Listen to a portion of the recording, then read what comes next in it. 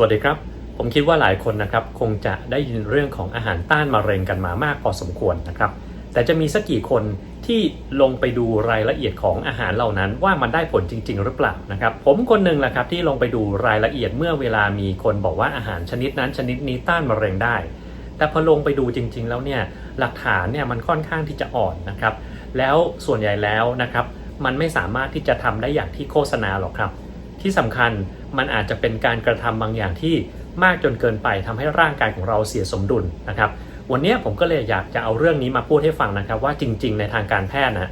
ปัจจุบันมีงานวิจัยออกมาแล้วนะครับว่ามันมีอาหารบางชนิดจริงๆที่สามารถช่วยเรื่องของมะเร็งช่วยเรื่องของเบาหวานความดันไขมันความอ้วนแล้วมันก็ไม่ใช่อาหารที่สุดโต่งแต่อย่างใด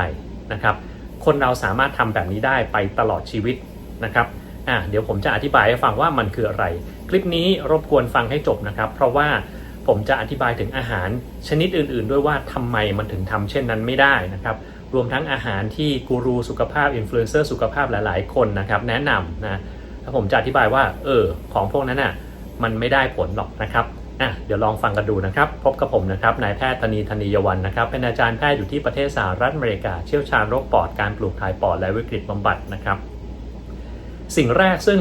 น่าจะคุ้นหูกันนะครับคือ intermittent fasting นะครับหรือการอดอาหารในช่วงเวลาที่เราจำกัดนะครับความคิดนี้เนี่ยมันมีมานานแล้วนะครับแล้วเขาเชื่อว่ามันสามารถที่จะทำให้มะเร็งมันดีขึ้นได้นะครับซึ่งถูกต้องปัญหาของ intermittent fasting ก็คือแล้วทำนานแค่ไหนทำไปได้ตลอดหรือเปล่าทำแล้วมันจะได้ผลมากน้อยขนาดไหนข้อเสียของมันคืออะไรนะครับวันนี้เราจะลองมาดูคอนเซปต์กันก่อนว่า intermittent fasting ทำไมมันจึงได้ผลกับโรคมะเร็งนะครับเรื่องของเซลล์ของเราเนี่ยเราต้องมาเข้าใจเซลล์มะเร็งก่อนว่ามันคืออะไรเซลล์มะเร็งก็คือเซลล์ซึ่งไม่มีการยับยั้งตัวเองในการแบ่งตัวนะครับเซลล์ของเราที่เป็นเซลล์ปกติเนี่ยนะครับเวลาที่มันแบ่งตัวจนถึงจุดหนึ่งแล้วเนี่ยมันจะบ่งบอกตัวเองบอกว่าเฮ้ยอย่าไปแบ่งตัวมากกว่านั้นแล้วนะเพราะว่ามันไม่มีความจำเป็นที่จะต้องแบ่งตัวมันเปลืองทรัพยากรที่จะต้องเอามาสร้างเซลล์ใหม่นะครับการสร้างเซลล์หนึ่งไปเป็นอีกเซลล์หนึ่งเนี่ยมันจะต้องมีการใช้ทรัพยากรมากๆนะครับแต่มะเร็งเนี่ยมันเสียการควบคุมกลไกตรงนี้ไปมันก็เลยทำให้มันโตได้เรื่อยๆนะครับการอดอาหารนะครับหรือการทำ intermittent fasting นะครับสิ่งที่มันจะทำให้เกิดขึ้นกับเซลล์มะเร็งกับเซลล์ธรรมดาเนี่ยมันจะไม่เหมือนกันตรงนี้สำคัญละตรงนี้เป็นคอนเซปต์สำคัญมันเป็นคอนเซปต์ที่เรียกว่า DSR นะครับ Differential Stress Resistance นะครับคือมีความต้านทานความเครียดจากการอดอาหารที่ไม่เหมือนกันนะครับระหว่างเซลล์ธรรมดาและเซลล์มะเร็งสิ่งที่เกิดขึ้นคืออะไร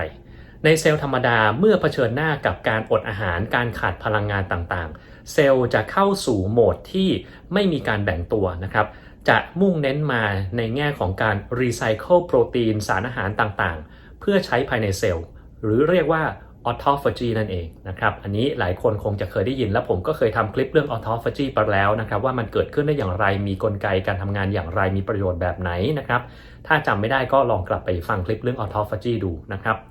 ประการที่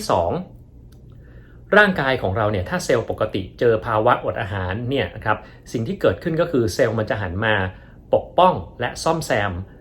สารพันธุกรรมต่างๆของร่างกายซึ่งก็คือ DNA ของเรานั่นเองสรุปว่าเวลาที่เราอดอาหารนะครับเซลล์ปกติของเราเนี่ยมันจะไม่แบ่งตัวมันจะหันมาซ่อมแซมตัวเองหันมารีไซเคิลต่างๆนะครับและถ้าสมมุติว่าเราได้คีโมเคมีบำบัดในช่วงนั้นเนี่ยเซลล์ของเราเนี่ยมันก็จะไม่ค่อยโดนผลของเคมีบำบัดพวกนี้นะครับไม่ค่อยโดนผลของเคมีบำบัดเพราะว่าอะไรครับเพราะว่า1เคมีบำบัดมันจะได้ผลมากๆก็ต่อเมื่อเซลล์มันกำลังแบ่งตัวเยอะๆซึ่งเซลล์ปกติในขณะที่ขาดอาหารมันก็ไม่แบ่งตัวนะครับนี่ก็เป็นที่มาของเซลล์ธรรมดามันจะเริ่มทนคีโมแล้วเริ่มที่จะไม่สามารถทำให้คีโมมันทำร้ายตัวเองได้แล้วนะครับเริ่มนะครับไม่ได้แปลว่า 100% ที่เซลล์ปกติของเราจะไม่โดนทำลายนะครับต่อมาแล้วมันต่างยังไงกับเซลล์มะเร็งล่ะเซลล์มะเร็งเนี่ยนะครับเวลาที่เกิดภาวะอดอาหารเนี่ยมันเกิดการเปลี่ยนแปลงหลายอย่างเลยทีเดียวนะครับอย่างแรกที่เราต้องบอกก่อนก็คือเซลล์มะเร็งทั่วๆไปเนี่ยมันจะใช้น้ำตาลกลูโคสเยอะนะครับกลูโคสเข้าไปในเซลล์มะเร็งเนี่ย มะเร็งมันชอบที่จะทำยังไงก็ได้ให้เอาไปสร้างเป็นสิ่งที่มันต้องการสร้างพลังงานทำยังไงก็ได้สร้างพลังงานเร็วที่สุดดังนั้นเนี่ยกลูโคสเวลาเข้าไปในเซลล์มะเร็งเหล่านี้สิ่งที่เกิดขึ้นก็คือคำว่า Warburg effect นะครับบางคนอาจจะเคยได้ยินบางคนอาจจะไม่เคยได้ยิน Warburg effect ก็คือการที่กลูโคสเข้ามาในเซลล์ของร่างกายของเราแล้วมันจะโดนเปลี่ยนแปลงไปเป็นพลังงานแต่มันจะโดนเปลี่ยนแปลงพลังงานแบบไม่ได้ใช้ออกซิเจนก็คือ anaerobic นะครับทำให้มันสร้างกรดแลคติกออกมาเยอะ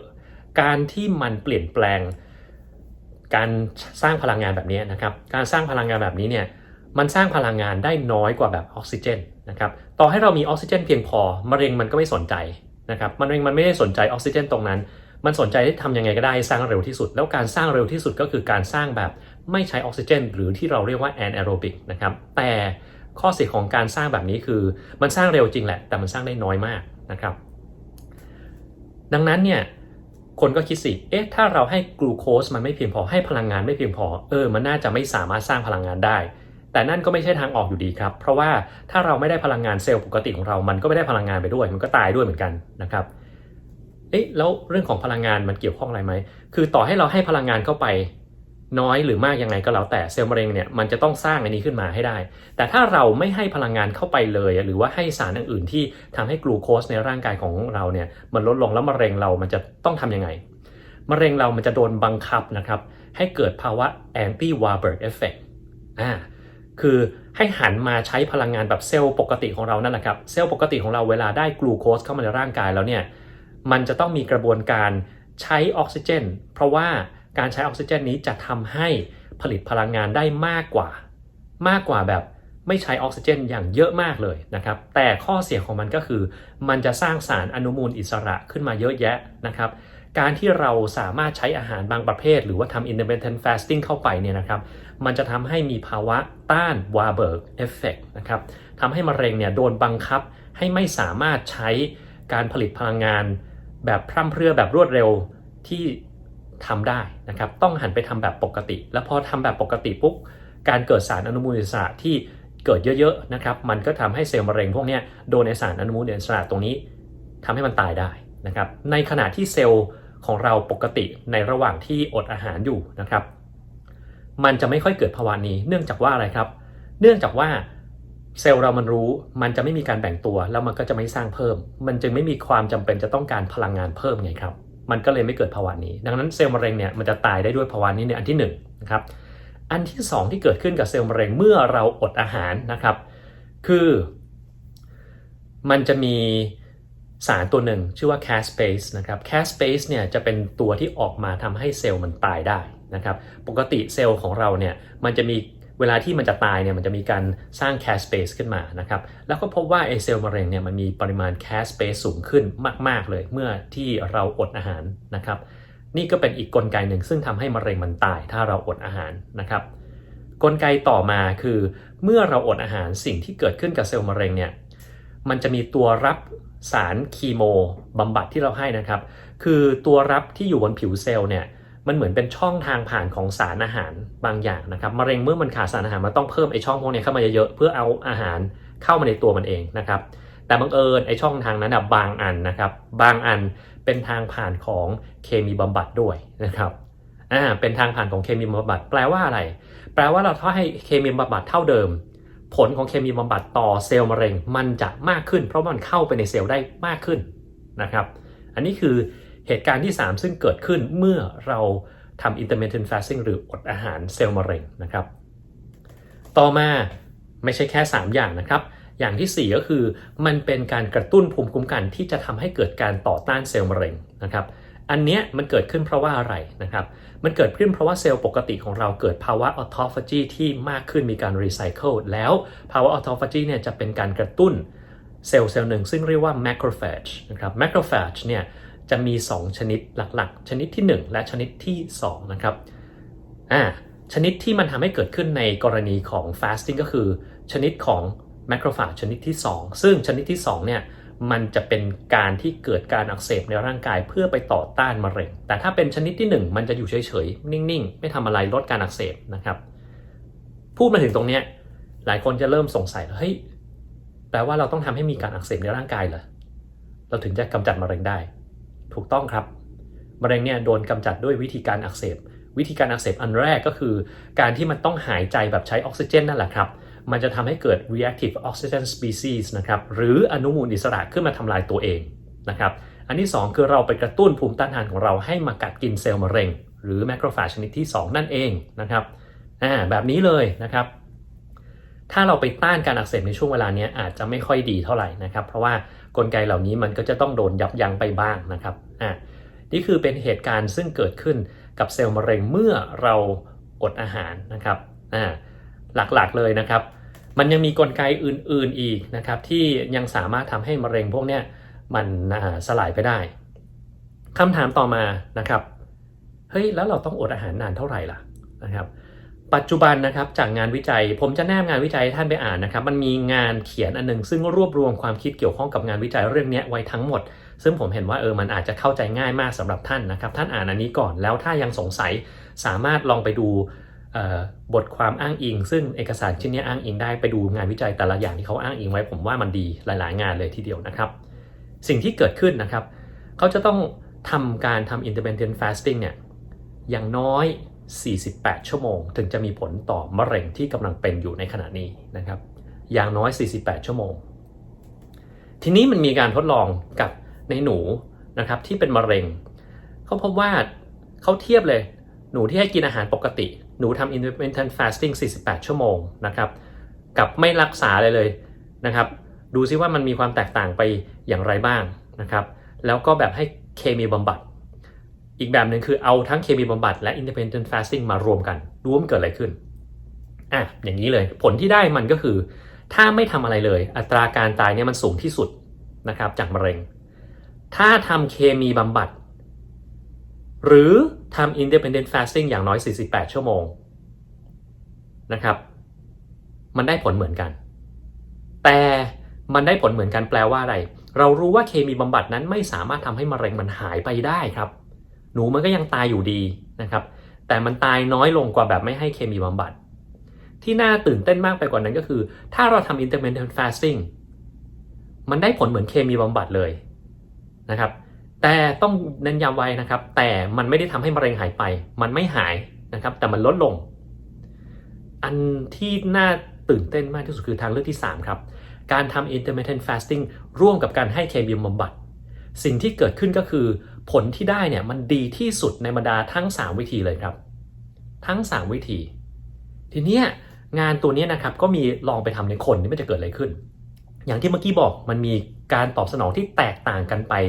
ระหว่างเซลล์ปกติและเซลล์มะเร็งต่อภาวะความเครียดจากการอดอาหารนะครับเขาพบว่าในคนเนี่ยนะครับถ้าเราทำแบบนี้ intermittent fasting อย่างน้อย48 ชั่วโมงนะครับงานบางงานเนี่ยก็ต้องทำ60 ชั่วโมงบางงานทำ60 ชั่วโมงก็คือทำในช่วงแรกเนี่ยอาจจะทำ36 ชั่วโมงก่อนให้เคมีแล้วให้เคมีไปแล้วหลังจากนั้นเนี่ยทำต่ออีก24 ชั่วโมงอย่างเงี้ยรวมก็เป็น60 ชั่วโมงนะครับเขาพบว่าการทำแบบนี้นะครับ1มันทำให้คนไข้เนี่ยไม่ค่อยมีผลข้างเคียงจากเคมีบำบัดเช่นอาการคลื่นไส้อาเจียนนะครับอ่อนเพลียพวกนี้ลดลงนะครับเขาพบว่าแบบนี้แล้วก็ไอตัวผลการรักษามะเร็งเนี่ยบางครั้งมันดีขึ้นเนี่ยพอมีเหตุผลแบบนี้ก็เลยขึ้นมาถึงว่าเฮ้ยอย่างนี้ intermittent fasting เนี่ยทำอย่างน้อย48 ชั่วโมงน่าจะเป็นการกระทำร่วมไปกับการรักษาแผนปัจจุบันด้วยการทำเคมีบำบัดแบบนี้มันจะทำให้มะเร็งมันดีขึ้นได้สิถูกไหมครับถูกครับอันนี้เป็นส่วนหนึ่งเท่านั้นนะแต่มันก็มีการทดลองไม่ได้ทุกมะเร็งนะครับที่จะทำแบบนี้ได้นะเขามีการทดลองทีละมะเร็งไปเรื่อยๆมะเร็งที่มีหลักฐานพวกนี้นะครับที่ผมไปค้นเจอมาก็คือมีมะเร็งเต้านมมะเร็งรังไข่มะเร็งลำไส้ใหญ่มะเร็งปอดมะเร็งต่อมลูกหมากนะครับลิวคีเมียรู้สึกว่าจะมีเหมือนกันนะครับนี่คือคร่าวๆที่ intermittent fasting น่าจะมีประโยชน์ปัญหาที่ตามมาเลยครับเกี่ยวข้องกับ intermittent fasting เราอดอาหารนาน48 ชั่วโมงแล้วจะไหวเหรอเราดื่มน้ำอย่างเดียวเราจะไหวเหรอเราจะไหวไหมนะครับนี่คือปัญหาหลักของ intermittent fasting เพราะว่ามันไม่ได้ทุกคนที่สามารถจะทำได้ครับมันไม่ได้ทุกคนที่จะสามารถ intermittent fasting นานกว่า48 ชั่วโมงได้ถูกไหมครับบางคนอดไปครับ10 ชั่วโมงหิวแล้วขอกินอะไรสักอย่างหนึ่งนะครับแต่ว่าไอเนี้ยไม่ได้ถ้าน้อยกว่า48 ชั่วโมงมันจะเริ่มไม่ได้ผลนะครับ แล้วที่สำคัญคือแล้วถ้าเกิดคนไหนเขามีการขาดสารอาหารอยู่แล้วผอมโซตั้งแต่แรกเนี่ยการทำ intermittent fasting มันไม่แย่ไปกว่าเดิมเหรอครับนานขนาด48ชั่วโมงหรือมากกว่านั้นเนี่ยถูกครับมันแย่ไปกว่านั้นแล้วที่สำคัญคืองานวิจัยทุกงานที่เกี่ยวข้องที่ผมพูดไปทั้งหมดนั้นเขาไม่เอาคนที่มีภาวะขาดสารอาหารแต่แรกมาทำการทดลองครับดังนั้นตรงนี้ต้องแยกให้ดีนะครับเพราะว่าผมเห็นหลายครั้งที่บางครั้งเราไปได้คำแนะนำจากกูรูสุขภาพจากหลายๆคนบอกว่าทำไปเลย intermittent fasting มันไม่มีปัญหาอะไรหรอกมีครับงานทดลองที่เขาทำเนี่ยเขาไม่ได้ทำกับคนไหนที่ขาดสารอาหารสักคนเลยนะครับแล้วทีนี้มันก็มีคำถามสิครับว่าแล้วมันจะมีอาหารประเภทไหนไหมที่เรียนแบบ intermittent fasting แต่เรายังน้อยเรายังได้กินอยู่มีไหมครับมีครับแล้วเดี๋ยววันนี้เราจะไล่อาหารเป็นรายๆไปเลยนะครับว่าอาหารแบบไหนมันทำได้ทำไม่ได้อย่างไรนะครับมีกลไกอีกอย่างหนึ่งซึ่งสำคัญเกี่ยวข้องกับเซลล์มะเร็งซึ่ง intermittent fasting มันจะไปยับยั้งตรงนี้ก็คือกระบวนการกระตุ้นสารตัวหนึ่งซึ่งเรียกว่า IGF beta นะครับ insulin-like growth factor beta นะครับตัวนี้เนี่ยมันจะทำให้มะเร็งโตขึ้นแล้วที่สำคัญคือมันก็ทำให้กล้ามเนื้อของเราโตด้วยถ้าเราขาดสารตัวนี้กล้ามเนื้อมันอาจจะฝ่อเหี่ยวลงแต่มะเร็งก็อาจจะฝ่อเหี่ยวลงด้วยนะครับตัวนี้สำคัญทีนี้แล้วอาหารอะไรล่ะที่สามารถทำให้แบบนั้นได้เราต้องคิดก่อนเวลาที่เราอดอาหารหรือทำ intermittent fasting เนี่ยสิ่งที่เกิดขึ้นกับร่างกายเราคืออะไร 1. กลูโคสหรือน้ำตาลเราตกลงคีโตนเราเพิ่มขึ้น intermittent fasting ก็ยังทำให้ IGF beta เนี่ย IGF-1 โทษทีเมื่อกี้ไม่ใช่ IGF beta IGF-1 ทั้งหมด IGF-1 ทั้งหมดนะครับ IGF-1 เนี่ยมันจะสามารถทำให้intermittent fasting ทำให้ IGF-1 เนี่ยลดลงนะครับแล้วนี่แหละครับที่เราต้องการนะครับคือน้ำตาลลดลง IGF-1 ลดลงแล้วก็คีโตนเพิ่มขึ้นที่สำคัญคือพลังงานที่ได้ลดลงเราต้องการอาหารแบบนี้อาหารอะไรที่ตอบโจทย์ลองไล่ไปทีละอันทำ caloric restriction ดีไหมคือการจำกัดปริมาณแคลอรี่ไม่ได้สนใจว่าองค์ประกอบอาหารคืออะไรแต่เราต้องการให้ตัวแคลอรี่ที่เราได้รับเนี่ยน้อยนะครับถามว่าทำได้ไหม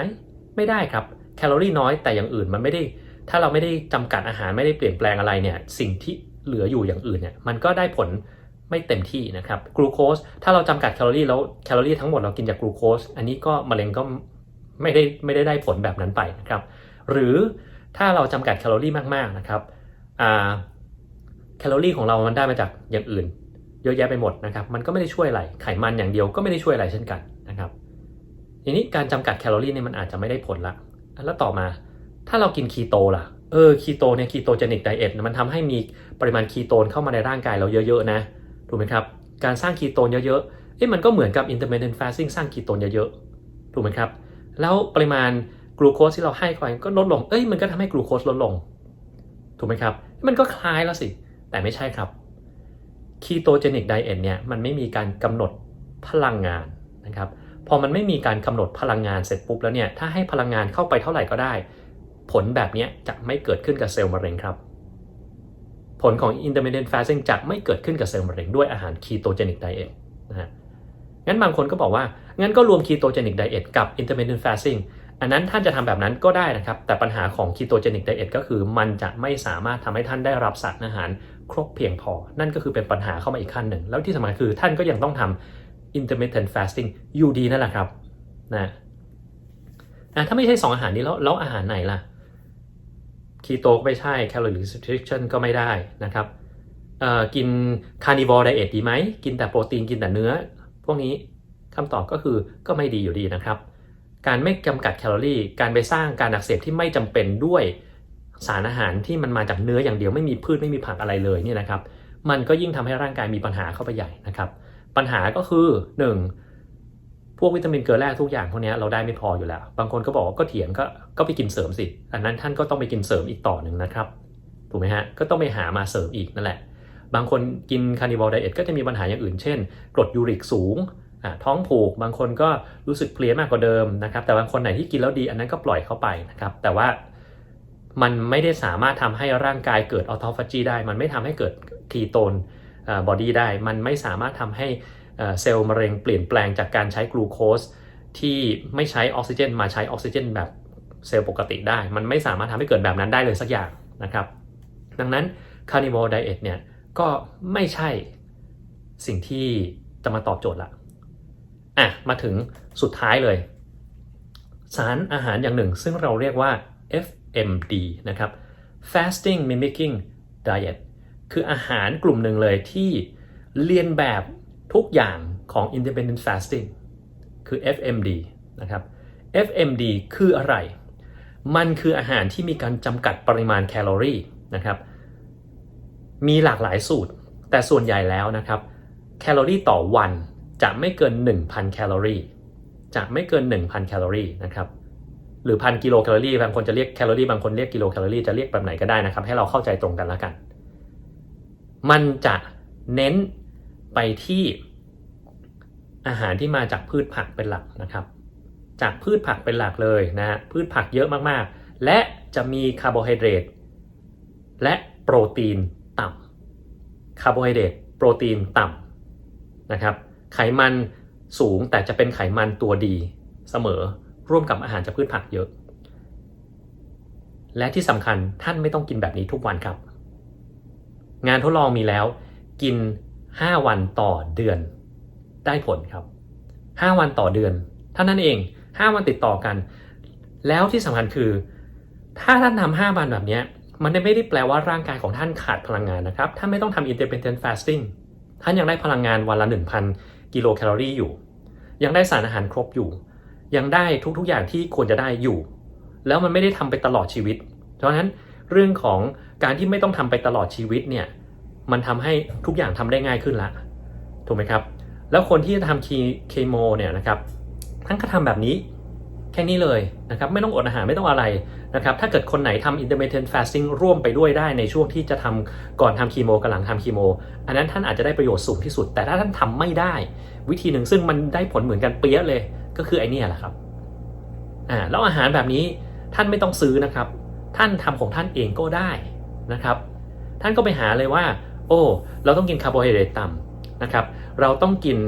โปรตีนต่ำนะครับโปรตีนต่ำนี้มันเหตุผลเพราะอะไรเพราะว่าโปรตีนเนี่ยถ้ามันเป็นโปรตีนที่มันมาจากสัตว์เยอะเนี่ยมันจะมีกรดอะมิโนจำเป็นซึ่งสามารถกระตุ้นการสร้าง IGF-1 ได้นะครับแต่เราไม่ต้องการนะครับเราไม่ต้องการนะเพราะว่า IGF-1 มันกระตุ้นมะเร็งได้เราไม่ต้องการเราก็ต้องตัดโปรตีนตรงนี้ลงไปนะครับแล้วก็เพิ่มพวกผักผลไม้อะไรพวกนี้เยอะๆเข้าไปผักผลไม้นี่ไม่ต้องกลัวนะครับเพราะว่าบางคนกลัวว่าผลไม้มันจะมีกลูโคสมีอะไรเยอะเกินหรือเปล่านะครับถ้าท่านทานไปทั้งอันเนี่ยยังโอเคอยู่นะครับแต่ก็ไม่ใช่ว่าเราขอสับปะรดมันทั้งลูกแตงโมทั้งลูกอะไรอย่างนี้อันนั้นก็ไม่ได้นะก็เยอะเกินไปท่านก็ควรจะรู้อยู่แล้วนะครับว่าอะไรมันเยอะอะไรมันน้อยเกินไปแล้วก็ต้องคำนวณปริมาณพลังงานแคลอรี่ต่างๆด้วยนะครับทำแบบนี้แค่5 วันต่อเดือนได้ผลไม่ต้องไปหาสูตรที่ไหนนะครับไม่ต้องไปซื้ออาหารแปลกประหลาดที่ไหนนะครับไม่ต้องไปทำตามใครท่านทำของท่านเองก็ได้นะครับไม่ต้องเสียเงินซื้ออะไรที่มันแปลกๆมานะครับโอเคแต่ถ้าท่านมีเงินแล้วท่านอยากจะไปหาซื้อ FMD เนี่ยมันก็มีนะครับที่อเมริกานี่ก็มีขายนะครับคนเขาก็ทำขายกันแต่ผมก็จะไม่โฆษณาให้ใครทั้งคนนะครับก็แล้วแต่ท่านนะครับท่านมีเงินท่านก็ทำถ้าท่านไม่มีเงินท่านทำเองก็ได้นะครับมันไม่ได้